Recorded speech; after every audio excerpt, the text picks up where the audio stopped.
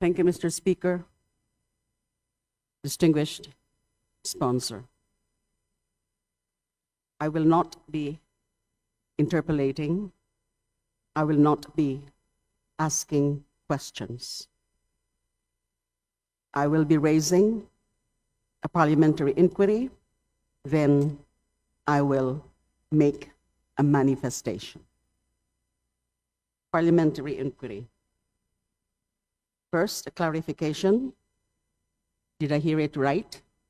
That there is no one present from the Office of the President right now in today's, Office of the Vice President right now in these proceedings. Affirmative, Mr. Speaker. Second question. This is the third time. This is the third setting for the budget deliberations or interpellation for the budget of the Office of the Vice President. Is that correct? That is correct, Mr. Speaker. Does the committee have the intention to respond to this letter dated September 30, 2025? The last letter flashed on the screen about the two conditions, supposed conditions, being demanded by the Vice President about her appearance before this body. Number one condition is requiring the presence of the President himself in the deliberations or interpellations for the budget of the Office of the President. And number two, requiring the lifting of the Immigration Lookout Bulletin for 7 officials of the Office of the Vice President from the list of the Department of Justice. Does the committee have the intention to respond to this letter of the Vice President? Mr. Speaker, the committee will no longer respond to this letter, being the last day today. And I think that should be the right action on the part of the committee. Let me say for the record, Constitution, at least respect the Constitution of the Republic of the Philippines. The whole budget process is something that is being directed and recognized by the Constitution itself. So disrespecting the budgetary process of this body is a clear case of disrespect of our Constitution. Who is she to continuously disrespect or show disrespect to this body as an institution and to the Constitution? If she can afford to be showing herself up to the Senate, including being there and applauding the former Senate President in his privileged speech, which is definitely not part of her mandate as the Vice President, why can't she not spare a few moments of her time attending to her official function as Vice President to defend the budget of her office? Enough is enough. Enough of her brattiness. So, I rise today to manifest my extreme displeasure about the behavior of our Vice President. And in due time, I will move for the decrease in the budget of the Office of the Vice President. I actually intended initially to move for zero budget for the Office of the President, or for the disapproval of the budget for the Office of the President, the Office of the Vice President, in light of those very questionable actuations on the part of the Vice President.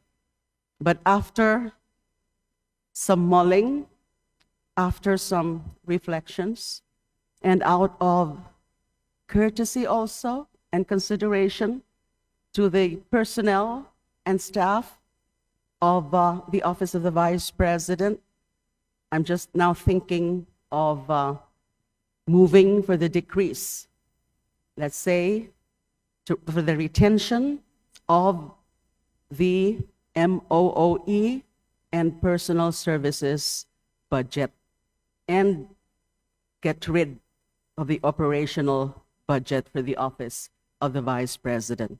Again, I will move at the proper time during the period of amendment for that. And I hope that my colleagues will join me in that motion or in that amendment. Thank you. Hindi rin po ako tumindig ngayon upang mag-interpellate dahil wala pong silbi ang pag-interpellate sa sponsor. Sumasaludo pa tayo sa kagalang-galang na sponsor, si Congressman Alvarez, sa kahandaan niyang ipagtanggol ang proposed budget ng Office of the Vice President kahit yun mismong Vice Presidente ay malinaw na walang interes na ipagtanggol ang hinihingi nito sa taong bayan. No? At ito po ang mahalagang punto. Lubos po tayong nadidismaya, katulad ng kasama nating si Congresswoman Laila De Lima, sa hindi pagharap sa Kongreso ng Vice Presidente. At hindi lang po lubos na nadidismaya, kinukundi na po natin ito.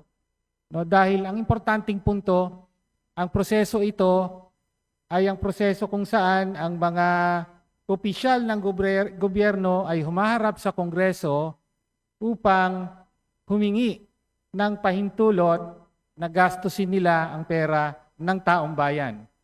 No, ito po ang kahulugan ng deliberasyon na nagaganap nitong mga nakaraang linggo. Humihingi po sa taong bayan, no, dahil gagamitin ang pondo nila ng kanilang opisina. Kaya ultimately, ang binabastos po ng Vice Presidente sa paglalagay pa ng mga kondisyon. No, bago daw siya magpakita rito, may mga kondisyon muna, ibigay ang gusto niya. No? Ang binabastos po niya dyan, hindi lang po itong institusyon ng Kongreso, hindi ang konstitusyon, kung hindi ang taong bayan. No, dahil pera nila ang gagamitin ng Vice Presidente. Naisa na nating tanungin kung paano niya ginagastos ito. Nitong mga nakaraang taon, galing mismo sa sarili niyang bibig, ay 18 times po nagbiyahe abroad. Galing mo mismo sa sarili niyang bibig, karamihan doon personal na mga lakad. No? Iba't ibang bansa ito, kasama ang Japan, kasama ang ilang mga bansa sa Europe at sa Middle East. No, gusto po sana nating tanungin dahil nanggaling din sa opisina niya mismo na gumastos ng total of utilization for international travel ay 7.473 million pesos. At total for domestic travel, 13.207 million pesos for a total of 20.8 million pesos sa mga travel ng Vice Presidente. Dinidiin po niya ron na kahit na personal ang lakad niya at kapag personal ang lakad niya, yung pamasahe daw niya at personal na gastos, hindi daw galing sa pera ng taong bayan. Pero inamin din niya na dahil siya ay Vice Presidente, ay kailangan pong bayaran ng taong bayan ang pasahe at iba pang gastusin ng kanyang staff. No, whether yung kanyang security or yung staff ng Office of the Vice President. At higit sa lahat, Mr. Speaker at ginoong sponsor, siya lang po ang makakasagot nito. Hindi po kayo, kaya hindi na nga po tayo nag-interpellate. Ang nais po nating hingiin ay ang paliwanag mismo ng Vice Presidente na kahit pa personal ang kanyang lakad, tuloy-tuloy po siyang sumusweldo, no, mula sa pondo ng taong bayan. Second highest paid official of the national government ang Vice Presidente. Salary grade 32, umaabot po yan sa almost 400,000 a month, 398,686 a month. Yan po ang sweldo ng Vice Presidente, buwan-buwan. Ngunit sa kanya mismo nanggaling, madalas ay lumalabas siya on personal trips. Ang ordinaryong kawani po ng gobyerno ay, of course, hindi pwede gawin yon. Pag ginawa yon, sa minimum, bawas sa sweldo, sa maximum, pwede pang matanggal. Of course, Vice Presidente siya, hindi mangyayari yan.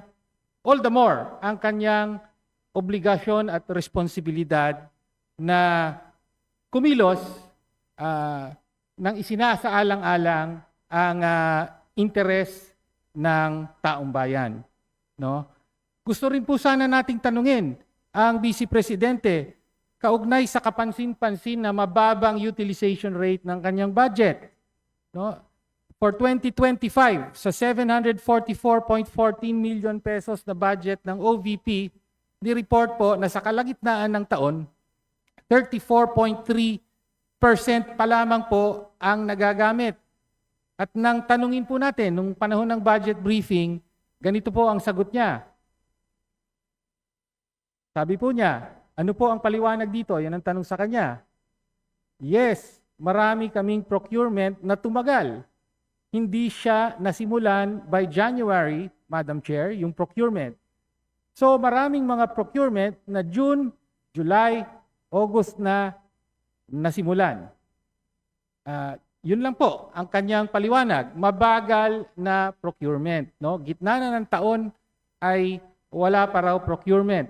Ang expectation po sa lahat ng mga opisina ng gobyerno na ang isubmit na budget kailangang handa ng ma-implement by January. No? Kaya mataas po ang hinihingi natin sa ibang mga ahensya. Hindi po obra yung kalagitnaan ng taon pa lang magsisimula ang procurement. Nais po sana nating i-relate sa naging performance din ng Vice President nung siya ay kalihim ng DepEd.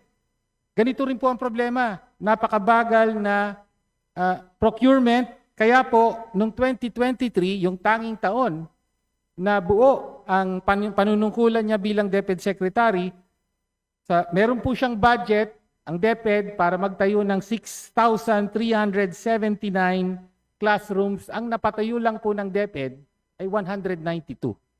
No? So kaya hindi po bago kung hindi tila isang padron yung napakababang utilization rate. No? And finally, gusto rin po sana nating maliwanagan sa ilang mga partikularidad ng budget na hinihingi for 2026. Particular, bakit po may kapansing-pansing paglaki ng hinihingi para sa supplies and materials, 43% increase po rito. At para sa professional services, 405% increase. Professional services para sa mga consultant. No, hindi po natin alam kung para saan yan. Gusto sana nating malaman sa kanya. Rent and lease expenses. Again, that's a 75% increase na hinihingi.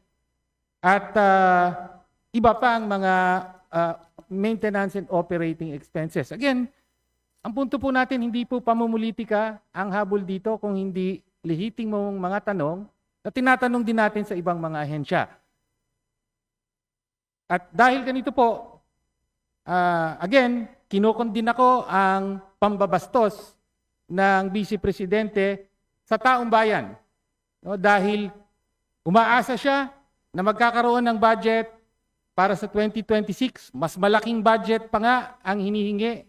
Ngunit hindi man lamang humarap sa institusyong ito upang panindigan at ipaliwanag ang hinihinging budget. No? Kaya at the proper time, Mr. Speaker, Ako po, I will move to reduce the budget of the Office of the Vice President for 2026. Ang inihingi po is a total of 902.895 million for 2026. I will move that it be cut only to the PS component. Ibig sabihin, yung pangsweldo lang po sa personnel. Bakit po? Dahil obligado po. No, habang nananatili silang mga empleyado ng gobyerno at isaalang-alang din po natin na ang mga kawani ng Office of the Vice President ay damay lang po. No?